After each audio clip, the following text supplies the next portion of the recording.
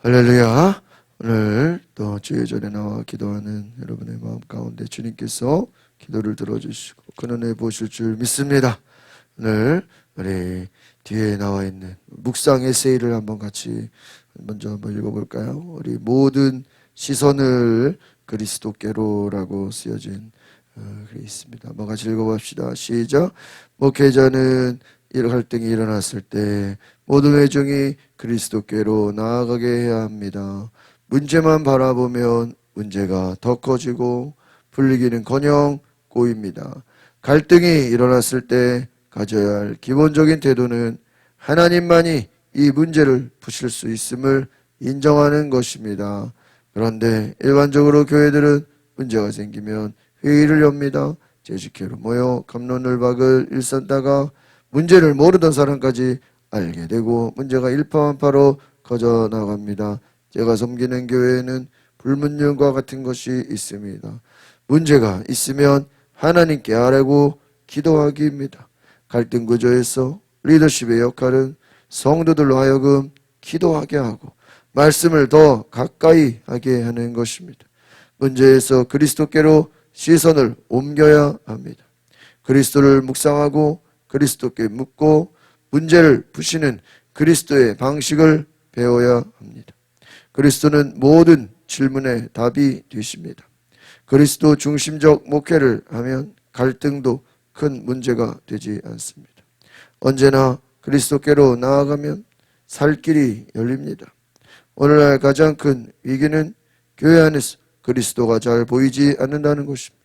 목사든 장로든 집사든 그 누구도 그리스도를 대신할 수 없습니다. 공동체, 지체 모두에게 그리스도만이 왕이 되신다면 갈등은 자연히 해결됩니다.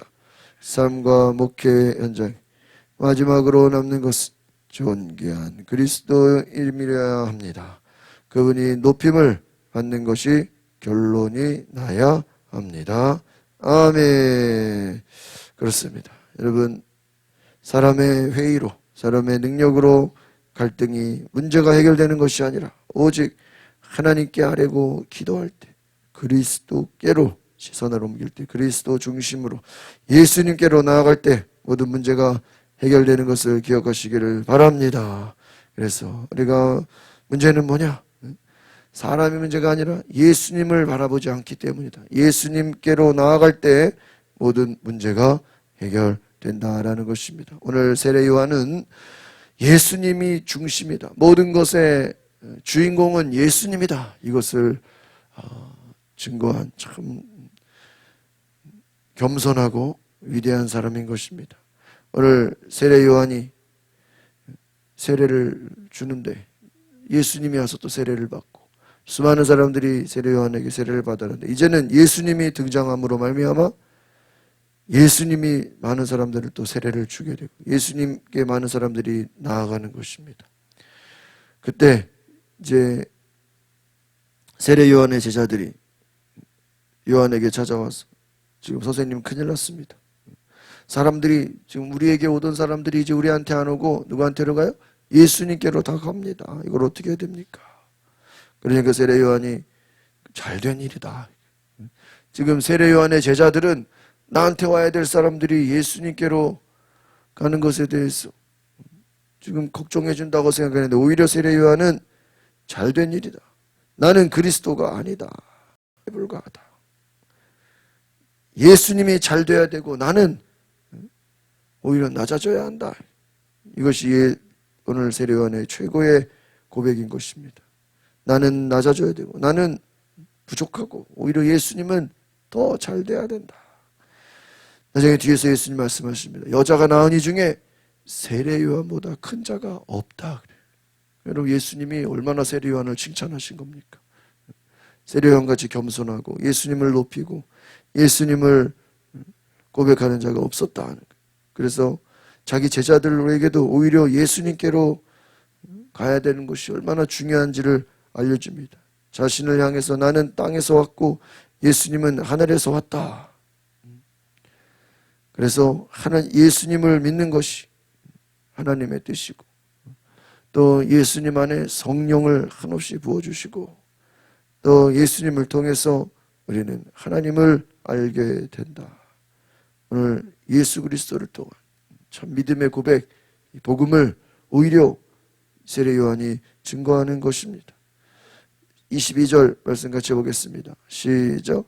그 후 예수께서 제자들과 함께 유대 지방으로 가셔서 거기서 얼마 동안 제자들과 함께 머무르시며 세례를 주셨습니다. 여기서 이제 예수님이 세례를 주셨다라는. 그러니까 세례 요한도 세례를 주고 예수님도 세례를 주니까 사역이 어떻게 돼? 겹쳐버리잖아요. 그러니까 요한의 제자들이 이제 요한에게 찾아가서 지금 도대체 어떻게 되냐 말하는 것이죠.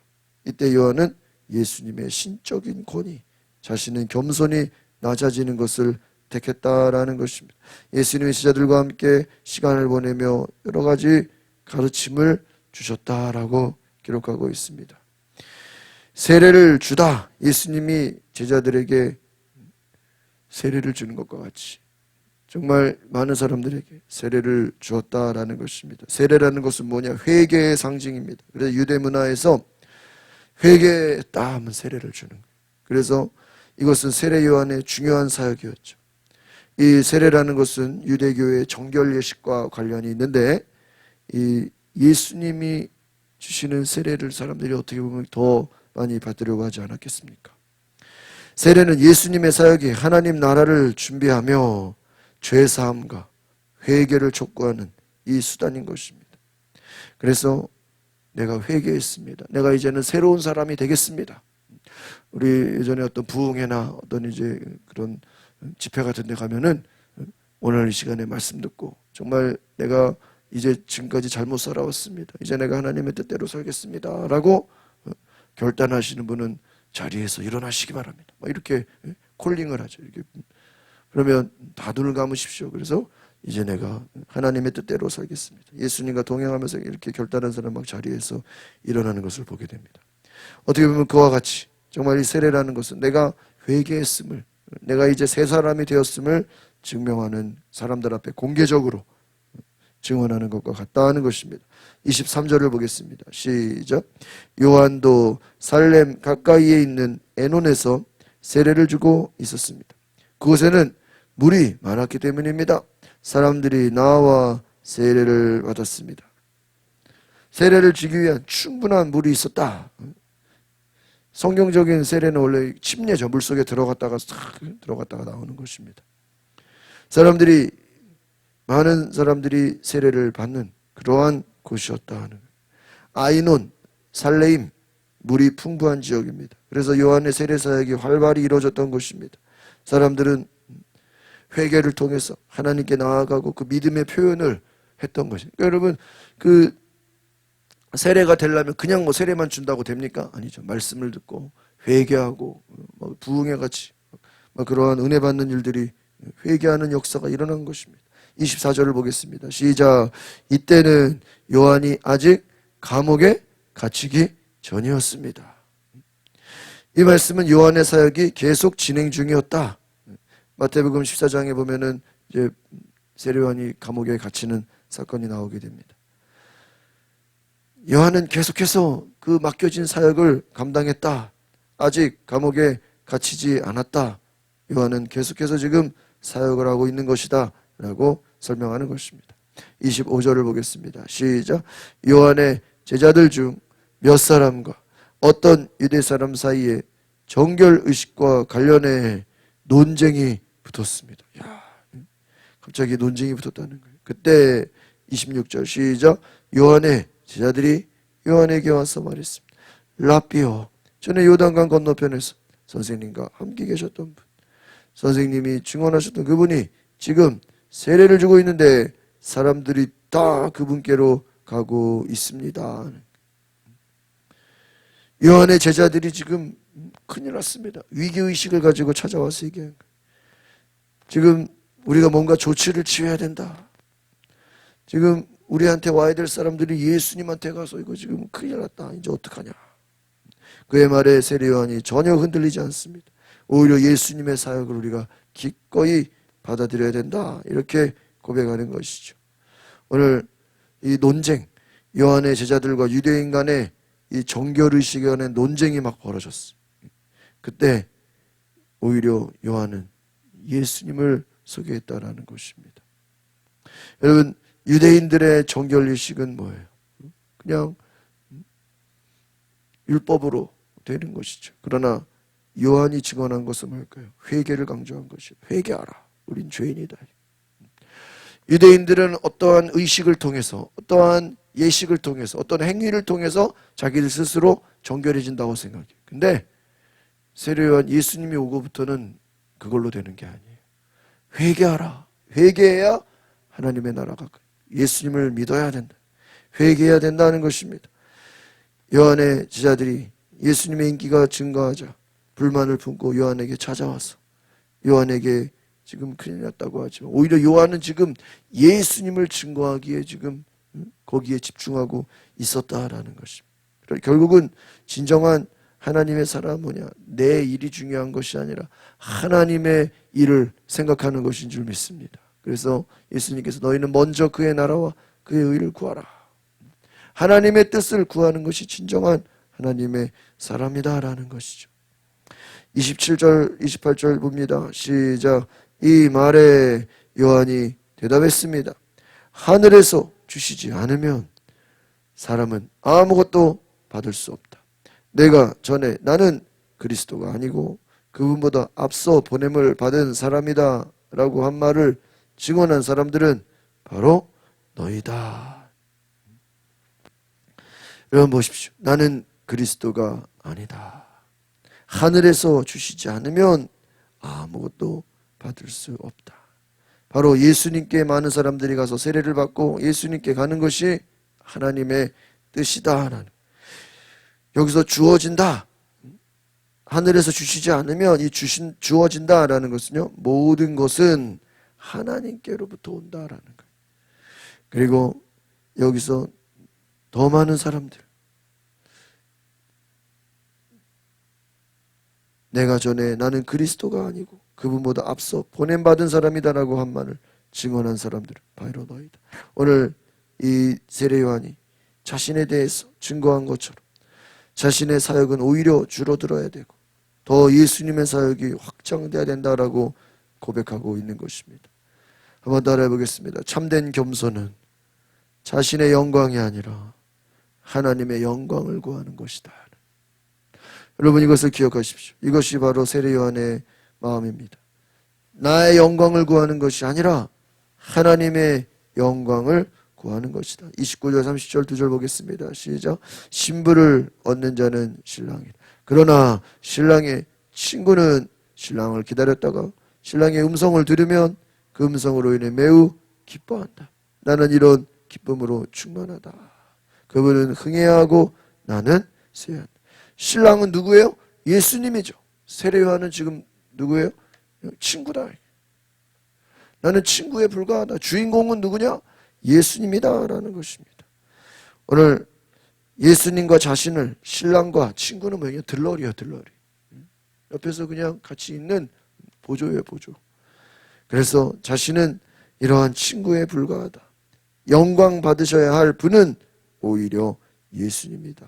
그래서 예수님이 영광을 받으시는 것이 나의 기쁨이고 주님이 높아지시는 것이 내가 사명을 감당하는 것이다.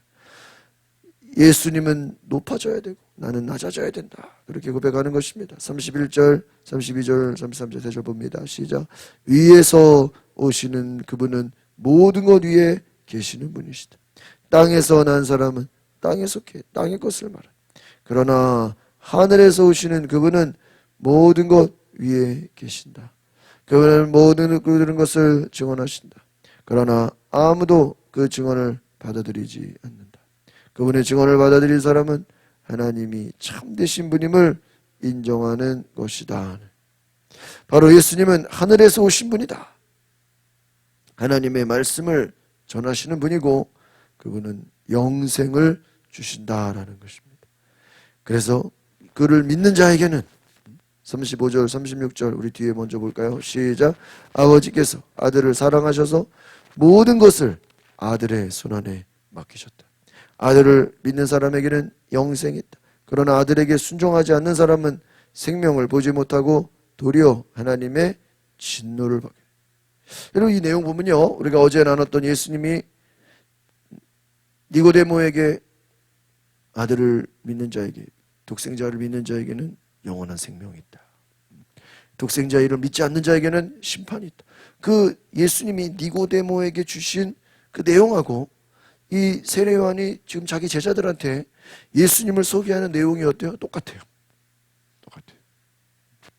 그러니까 니고데모도 예수님 만나러 왔다가 예수님이 야, 내가 하나님의 아들이야, 내가 메시아야, 그 말에 깜짝 놀라서 예수님을 영접했을 것이고, 또 세례 요한의 제자들 역시 세례 요한한테 지금 따지려고 왔다가 오히려 예수님이 하나님의 아들이야, 예수님이 진리야, 예수님이 영생이야, 그가 메시아야, 그 말을 듣고 오히려 지금 세례 요한의 제자들이 놀래버렸을 것이다라는 것입니다. 예수님을 믿는 자, 그는 영생을 누리고 예수를 거부하는 자는 심판을 받게 된다는 것입니다. 오늘 요한이 마지막으로 하나님이 주시는 영생과 진노에 대해서 경고하는 것입니다. 그 아들을 믿는 자에게는 영생이 주어지고 순종하지 않는 자에게는 하나님의 진노가 있다. 하나님께서 보내신 그분, 34절에 예수 그리스도는 하나님의 말씀을 전하신다. 지금 놀라운 거예요. 이 34절 제일 중요한 말씀. 예수님 누군지 아냐? 그는 누구예요? 하나님이 보내신 하나님의 아들이다. 그분이 하시는 말씀은 전부 다 뭐예요? 하나님의 말씀이다. 왜? 그분에게는 하나님이 뭐를 주셨어요? 성령을 한없이 주셨다. 야, 이거 어떻게 알았죠? 아마 세례 요한이 본 것은 예수님이 세례 요한에게 세례 받으러 왔을 때 비둘기 같은 성령이 그 위에 머물러 있는 것을 봤잖아요. 그런데 예수님 안에서 성령을 한없이, 이거는요 엄청난 비밀이거든요. 진짜 예수님 외에는 아무도 알 수 없는 건데, 세례 요한은 예수님하고 얘기해 본 적도 없고 예수님하고 교제해 본 적도 없는데 이걸 어떻게 알았죠? 그가 하나님의 아들이고 그가 생명이고 그가 성령을 한없이 주셨다. 와, 진짜 세례 요한은 어떻게 이것을 알았을까? 정말 세례 요한이야말로 성령의 계시가 아니고는 이 예수님의 그 본질을 어떻게 알았을까? 이건 정말 성령의 역사입니다. 진리를 깨달은 거죠. 지금 예수님의 제자들도 이걸 모르잖아요. 예수님 지금 주변 사람들, 예수님의 제자들 역시 이 비밀을 모르잖아요. 근데 세례 요한은 다 아는 거예요. 야, 저분은 하나님의 아들이다. 저를 믿지 않으면 진노를 받게 된다. 이 지금 성경 이 전체의 복음의 메시지를 세례 요한이 미리 그냥 결론을 다 내줘버리는 거예요. 이 요한복음 전체의 결론이 뭐예요? 예수를 믿어야 구원이고 그렇지 않으면 하나님 나라로 들어갈 수 없다는 것이잖아요. 거기다 회개해야 된다는 거죠. 그러니까 오늘 이 요한은 진리를 알았다는 것입니다. 예수 그리스도를 통해서 우리가 영생을 누리고 그분을 통해서 우리는 구원을 받게 된다라는 것입니다. 오늘 말씀을 통해서 세례 요한은 얼마나 겸손한 자였나, 또 그는 어떻게 정말 예수 그리스도를 증거하는 자였는지 우리를 보게 되는 것입니다. 또한 믿음이 얼마나 중요한가. 아들을 36절에 뭐래요? 아들을 뭐하는 자요? 믿는 자. 예수님을 믿는 자에게 영원한 생명이 있고 또 그에게 순종해야 된다. 그를 따라가야 된다라는. 그래서 순종이라는 것은요, 예수님을 따라가는 것을 말해요. 그냥 믿는 거에만 끝나는 게 아니고 예수를 따라가라는 거예요. 그래서 예수님을 높이고 예수님을 따라가고 예수님을 받아들일 때, 그의 말씀을 하나님의 말씀으로 믿을 때 진정한 구원의 은혜가 있음을 기억하시기를 바랍니다. 기도하겠습니다. 거룩하신 주님, 요한의 제자들은 지금 큰일 났다고 걱정하고 근심함으로 요한에게 찾아왔는데, 요한은 오히려 많은 사람들이 예수님께 가는 것이 너무나 기쁘고 너무나 감사하다고, 오히려 그가 예수님을 정확하게 증거하는 것을 볼 때 오늘 우리의 삶도 정말 요한처럼 예수님을 전하고 예수님을 증거하고 예수님의 복음을 온전히 나누는, 그의 생명을 전하는 우리의 놀라운 은혜가 있게 하옵소서. 예수 그리스도의 그 구원의 소식이 더 많은 사람들에게 증거되고 복음이 더 확장되게 하옵소서. 예수 그리스도의 이름으로 기도하옵나이다. 아멘. 우리 시간에 기도하실 때 하나님 복음이 더 많은 사람들에게 증거되게 하옵소서. 요한이 자기 제자들에게 예수님을 전한 것처럼 우리도 우리 주변의 사람들에게 예수님을 전하고 생명 되신 예수 그리스도를 따라가는 귀한 구원의 역사가 일어나게 해달라고 우리 다 같이 주여 부르고 동성으로 기도하겠습니다. 주여.